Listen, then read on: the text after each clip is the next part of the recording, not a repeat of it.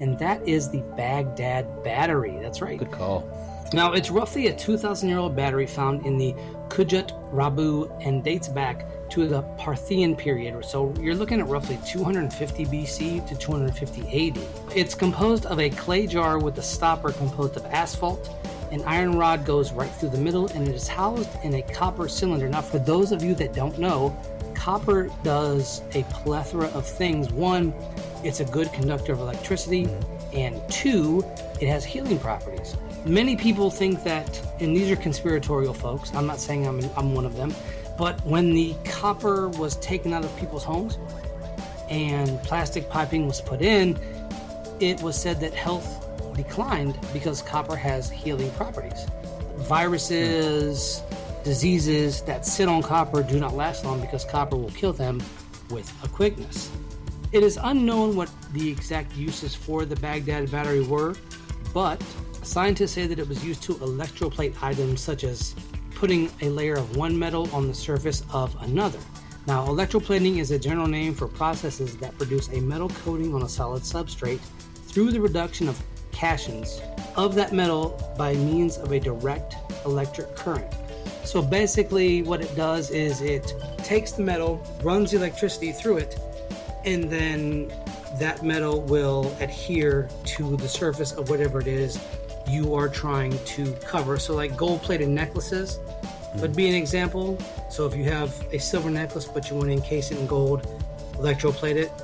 That doesn't necessarily mean that that's what they do for gold-plated necklaces, so don't run out to that local mall shop that sells gold necklaces and be like, I know this is silver, I know you guys electroplated this.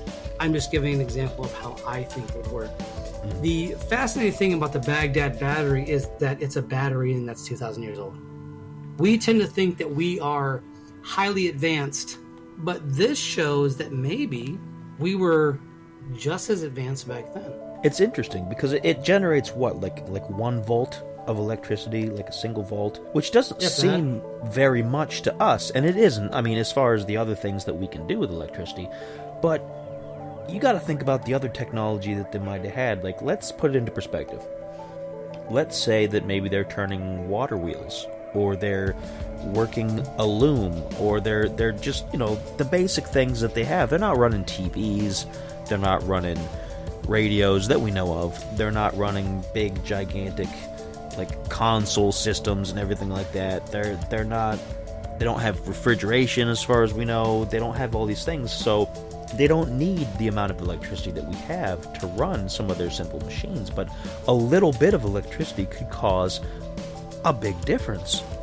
Like, you start thinking about it, like, turn a water wheel and help that with automatic whatever, generate more electricity from a turbine and things like that. They could have used a simple small device like the battery to power something that could then generate more after that, like a cascading level of different power. So it's really amazing. I mean, the type of things that you can imagine them doing with it are really super interesting, and I think that we're really just scratching the surface on what could be possible with something like that.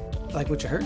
Well, head on over to www.spreaker.com/user/this uncanny earth to hear more from this episode 185, Lost Tech, and to hear more from this uncanny earth.